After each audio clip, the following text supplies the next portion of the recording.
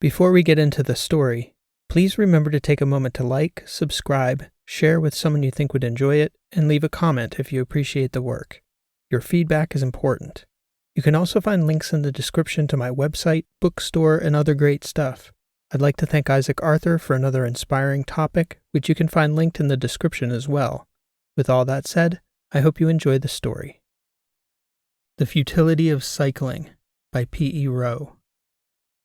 I never would have become a philosopher if I hadn't first become an engineer. And a writer? No. Never if not for a purpose. Or at least I felt a purpose as I began this essay weeks ago, and continued to revise, until all this is as it is now, somehow back at the beginning. Seems fitting. My name is Tanner Gunnison, and I'm the director of the Europa Outstation. And by director, it's probably best to understand me as the sucker dumb enough to think the title of director of Europa Outstation was impressive enough to coax me into a tin can spinning around one of the moons of Jupiter indefinitely, with very little space, no fresh air, infrequent company, and only one real perk to speak of, a unique view in all of humanity, here at the midpoint of the solar system. But I suppose we'll get back to that in a bit. The food stinks. I haven't seen a woman in 7 months. The delay on correspondence makes it impossible to have a real conversation with anyone on Earth, and almost nobody has the patience to write. Did I mention that it's lonely as hell out here? First, I like to try to give people a bit of perspective, so you might envision where I'm writing you from. For posterity, the year now is 2112, which I think might look great as an address to a townhouse. I can picture that elegant palindrome in painted metallic numbers on the top of a wrought iron gate, and from where I am, of course, I also picture lots of greenery, flowers, and birds chirping in the shady trees above. Maybe that's where you are. I, on the other hand, am so far away you can't really comprehend it. At least I can't, anyway. Imagine you take a conventional plane ride. You settle in for takeoff and think, this is gonna be great. A nice flight, and we'll get to hang out with Uncle Tanner on the outstation. Eat some space food. Check out some of Jupiter's moons. Awesome. Then the pilot comes on and says, get comfortable. Our flight time will be 16 days, 7 hours, and 13 minutes. Hope you brought a big fat book, a box of donuts, and a bottle of blood thinners. It's gonna be a long ride. A little over 2 weeks later, congratulations, you're on the moon. Jupiter is roughly 200 times farther away than that, or in our earlier terms, a 9-year plane ride. And that's where I am now, on a space station about the size of my doctor's office, more or less, and, oddly enough, similarly lit and decorated. I've been stuck here now for 3 years, 6 months, and 15 days, but who's counting, right? Why? What the hell am I doing out here? Those are complicated questions. My personal reasons come from a lot of places, some of which may become apparent. Some won't. The institutional answers, in the human sense, are that we needed an outpost between the inner and outer solar system that serves as a point of communication, coordination, and occasionally a refueling and resupply stop for intrasystem missions that would otherwise be untenable. I also do research and the occasional private party. Please remember to tip your waitstaff and bartenders. I'll be here all week. Not sure if you can tell, but I get a lot of time to think out here, and not much inspiration for it. Thoughts cycle, unsurprisingly, around space exploration especially, but also exploration in general. I don't tend to follow the news back home very closely. Home for me is North America. But I do follow space news, especially as it relates to the situation out here. Mission updates, tech updates, plans for the future of the settlements on the Moon, on Mars, and on Mercury. Those are of particular interest to me. But lately, I have been struck by the news that very shortly we will be testing, and I mean we in the royalist use of we, as in us, as in humanity writ large. We will be testing faster-than-light space drive technology within the year. Thus, the big thoughts for the big day. All signs point to the system being successful, so I'm writing with that assumption in mind, with the big question in mind. What then? In the literal sense, plans are for production of multiple unmanned vessels to explore star systems in our vicinity. Current report was that the first run was for 18 FTL probe ships, and obviously itineraries are fluid at this point, But let's take for granted that we're going to get a good look at the neighborhood over the next decade or so. Great. What an exciting time to be alive. Sincerely. I do have a unique perspective on where this all might go, though, and for what it's worth, even though I suspect that what I write will have no bearing on what actually happens in space in the coming decades, I feel compelled to write it anyway with the hope that my thoughts reach the right individual at the right time and maybe, just maybe, save a person or two from a regrettable decision that changes their life irreversibly for the worse. For it's not all sunshine and rainbows up here, folks. Not at all. In fact, it's a whole lot of nothing. And I mean both of those propositions fiercely. A whole lot of nothing. The Europa outstation orbits the moon every 11 hours. Europa cycles around Jupiter every 3.5 days. Jupiter orbits the Sun once every 12 years, and the Sun cycles around the center of the galaxy roughly every 500 million years or so. Our galaxy is so big it's unfathomable, and it's almost entirely empty. Empty as it is, there's still so much useful matter available to us right here in our own solar system that there's absolutely no convincing material reason to ever board an interstellar vessel. We number roughly 10 billion now, and have done for the past 70 years or so. And yes, we're not perfect, but we've gotten much better as stewards of our planet, and are more or less in equilibrium with it. However, even if our population were still exploding as it was in the beginning of the last century, we could build 1 million space stations the size of Manhattan that could house 10 times more people each, and still not even need to harvest a single full % of the massive metal on Mercury. And with the establishment of orbital and ground-based space infrastructure already in place, we could make life aboard every one of those million space stations quite comfortable and enjoyable, with ample space to raise families, establish universities, make art, develop culture, and with free access to the materials in the inner solar system, there will be absolutely no excuse for conflict over resources or even politics given the diversity of choices every person or family should have for their present and future. Yet, there is much talk of expeditionary missions, colonization, solar systems and worlds beyond our own. Fine, so be it. We do lots of things that are completely unnecessary and irrational. This would be one of them. First, I'll ask, what would be the benefit of it? What is the advantage of populating other solar systems with humans at this stage in our development as a species? Given that in our solar system we have far more than enough matter and diversity of matter than we 10 billion of us could ever exhaust in 1 million lifetimes, access to more matter, of any kind we currently know, is not a compelling reason. In short, we have everything we need here. The answer is not stuff. So too with energy. 10 billion people can only burn so much fuel in their day-to-day, and will never approach energy exhaustion at current population levels here at home. Any known modality for transporting energy from other stars will cost more than harvesting or producing it here. The key words in the preceding paragraphs is known, which brings us to the first possible benefit of human expansion. We don't yet know what lies undiscovered. It is possible, however unlikely, that there may be natural forms of matter or energy outside our own solar system that may be both novel and of great value. Theoretical models can only be built on the information we have. We could discover new perspectives outside our own solar system.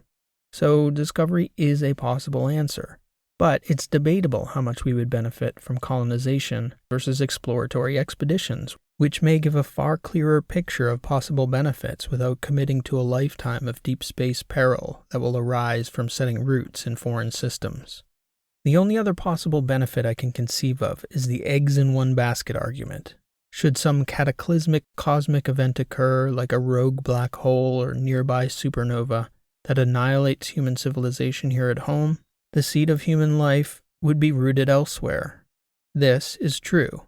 However, the odds of such an event happening in the next 1,000 years is almost nil, cosmically speaking. Or, in other words, there's absolutely no urgency to doing this today versus a century from now, when we've fully established a broad, human-made technological ecosystem that spans our own solar system. With greater human capital and people willing enough to leave Earth to develop space, we could build an incredible astro ecosystem within our own solar system. We're already somewhat on our way. Self-operating mining fleets are in development and should be running without human intervention within 2 decades.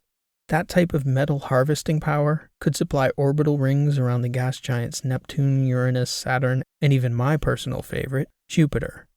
These gas giants contain limitless amounts of useful gases and hydrocarbons, and designs are already being modeled for self-replicating matter harvesters from the exospheres of these massive worlds. For heavier elements, we already have mass drivers, mining operations, and in theory skyhooks and space station infrastructure to lift and process as much metal as we could use in the next millennium. And all the while, we can send out thousands of automated interstellar probes, seeking out the most welcoming stars and systems. We can prep those far-off shores with already functioning robotic mining outposts, already constructed space habitats, perhaps even ag cylinders and solar arrays, robotics factories and space elevators. With a century more of our own expertise and experience, as well as the continued development of our robot counterparts, we could begin to make a thriving ecosystem of our own space, while sending forth probes and robots to make our first steps outward less precarious. Meanwhile, a robust ecosystem here at home would be a far greater asset to our species by virtue of its proximity than anything we can establish light years from home. So yes, attempting to build a colony in another star system would theoretically place an egg in another basket. But what's the rush? And what will we lose from the development of a useful ecosystem by sending off thousands of our best deep space explorers? That loss of human capital is the harm that such expeditions will inevitably cause. Any drain of valuable space hands from here means slower development of our species in space writ large. In other words, we can't afford to lose our most valuable deep space workers to deep space. We need them at home. Expertise in such an emerging field should not be diluted at this stage in our development as a spacefaring civilization, especially when that diffusion of expertise would be leaking out into an infinite container. We need to wait. We should wait. Will we wait? Inevitably? No. It's just not in our nature.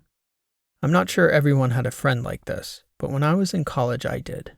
His name was Emilio, the first-generation son of immigrants, and he was irrepressible. He was not an athlete in any formal sense of the word, but he said that he'd played some soccer in his high school days. Our third year, Emilio somehow got it in mind to do a charity bike race across the entire Commonwealth of Pennsylvania, and he was trying to recruit as many of our peers as he could coax onto a bike to raise money with him. He was unrelenting. He told everyone he would help them out, organize training sessions, teach them how to prepare for the race and pace themselves, and through all this, unbeknownst to the people he convinced, Emilio had zero experience as a cyclist, excepting the ordinary exposure nearly every suburban kid gets to riding their bike every now and again. Yet here he was, telling everyone the keys to cycling as though he were an aspiring tour rider. Emilio's first organized training ride was a 150-mile loop across rural, remote state highways through rolling hills and gentle flats. After the first 10 miles, everyone else dropped off and turned back home, but not before Emilio was thoroughly cussed out as a fraud and pretender, for all the riders could see he was no more experienced than they were. At 95 miles, he called me to come pick him up, because determined as he was to complete the ride, his quads had seized up and he could no longer bend his legs. Over the following weeks, Emilio suffered no end to the jibes and jokes about his cycling acumen. But what I really saw in the unending snark that went his way was a darker derision, a kind of resentment for the audacity of having the ambition to try something bold. But perhaps that was my bias, for I was the one who saw him on the ride back. A young man willing to go a full 100% until his body could give no more. I recognized it as a kind of stupid determination I would never possess. It was rare. He was humbled by the experience, and he took their chiding quietly. 2 months later, Emilio raised a modest amount of money for riding the breadth of the state in 3 days. 5 months after that, having only taken up cycling 8 months prior, Emilio rode his bike from the Atlantic to the Pacific in 8 weeks. Yes, Emilio was foolish to think he could start his training by riding 150 miles, but it's just that kind of foolishness that makes up the disposition of a person who rides a bicycle across America less than a year from taking up cycling. The Emilios were the people who first climbed Everest, strapped themselves onto rockets and flew into space. They broke world speed records on vehicles of every kind, swam from Cuba to Florida in shark-infested waters, and sailed around the world in leaky wooden ships. These people, no matter what you say to them, will find a way onto a spaceship and fan out into the stars. I am not writing about them. I'd be wasting my words. They're a blessed few, and they will not be stopped. My chief concern is with the potential emigrants, which technically would include all departing humans, but I refer here to the people moving away from Earth, rather than those moving to another planet, to a space adventure. Due to geography and anthropological development, we have an analog to this situation in our history in the European diaspora of the Americas. Numbers of immigrants from that era are, of course, not entirely accurate, but it's fairly safe to say that during the early centuries of colonial immigration, somewhere between 2 and 5% of the populations of colonizing nations, Spain, England, France, and Portugal, left their home nations for the Americas. Reasons for leaving Europe were both various and varied over time. Both numbers and percentages increased as footholds of European settlements were increasingly more well established in the Americas. Many people left for economic reasons, mostly hardships that came with population growth and limitations in land ownership. Thus, many of the emigrants were lower-class peoples looking for a chance at prosperity. Brave pathfinders and families would usually go forth and establish themselves, sending letters back to relations to join them when a path forward toward a sustainable lifestyle was discovered. Today, I see a similar development in our society. Even the language used by those in the bottom strata of our societies echoes the past. They're looking for economic breathing room, freedom from regulations and constraints, personal and religious liberties. And in an ideal world, they should have it. There's no denying that some, if not most, of the regulations in the past 2 centuries have prevented a good measure of ecological devastation that would surely have befallen the Earth by unrestrained economic development of our natural resources. Those constraints have benefited the Earth in the long run. But as technology has been erected around these constraints, they've become increasingly rigid, inflexible, and ever-tightening, squeezing out the prospects of the least fortunate, as it ever has been in human history. In space, the same constraints have followed us, mostly by force of habit. This is folly. Where the Earth is a finite and delicate ecosystem, our solar system is so vast it might as well be infinite. It is also lifeless. We will not do the least harm to Io or Mars or the rocks of the asteroid belt by developing and populating them. Yet the constraints on who can harvest, who can fly a vessel, who can establish a base or build a habitat, these regulations prevent access to the potential pilgrim class, and these are the very people we should encourage to develop our solar system. Instead, we are recreating the political and economic conditions of the early colonial era. We cycle around again to the same season in history.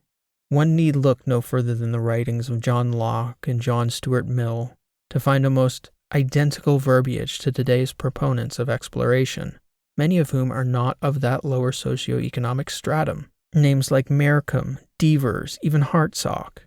Their words may as well be echoes of the early liberal thinkers beholding a vast new continent and seeing the opportunity for liberty as well as prosperity. And why not? We are set before a vast new inexhaustible landscape of limitless resources and opportunities. Except there's one major difference in this analogy. The Americas were an environment compatible with human life. Space isn't. Not yet. Pilgrims in ships, in days past, had a harsh environment awaiting them once they survived the deadly voyage, yes. But that environment had potable water, breathable atmosphere, animals they could hunt and fish, edible fruits and vegetables, and even established native tribes that could help them navigate the new landscape when they fell into privation.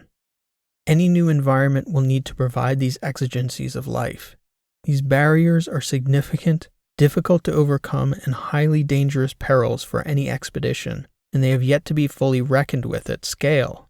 Out here on Europa, with Earth supplying the outstation, I, one man, require food, vitamins, spare equipment, 3D printers and materials stock, replacement cartridges for CO2 scrubbers, and a host of other specialized concerns that cannot be found or manufactured on site. Luckily, with the entirety of the human economy close enough at hand, I can get those needs met. This would not be the case if I took my operation to a moon orbiting a planet 8, 80, or 800,000 light-years away. If we continue to tightly regulate our solar system's commerce and exploration, as we are currently doing, the pilgrims will eventually see those far-flung foreign shores as a better option than relegation to a permanent economic and social underclass with no chance of upward mobility. That hasn't changed, and neither have we. We should, we must, or someone like Amelia will come along and convince millions of people to take a deadly ride into the infinite, lacking the training, knowledge, equipment, expertise, and preparation to survive the ordeal. I can see it, looming in the darkness inevitably.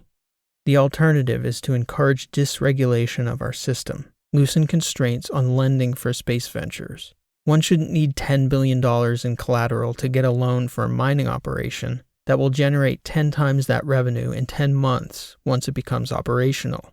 Dysregulation of capital will encourage upward economic migration rather than physical migration to an unregulated environment. People left Europe in droves for the Americas because it was the Wild West, a place they could make their fortunes, make a name for themselves, raise families that would have a legacy to pass down to children and grandchildren. If we don't make Europa and Neptune and Mars attractive in the same way, people will see Alpha Centauri, Altair, and Ross 154 as their only options into the decision-making class where many of these pilgrims aspire to be. We need to make our solar system the Wild West. Otherwise, I predict tens of millions of unprepared, unsuspecting people will rush headlong into the abyss.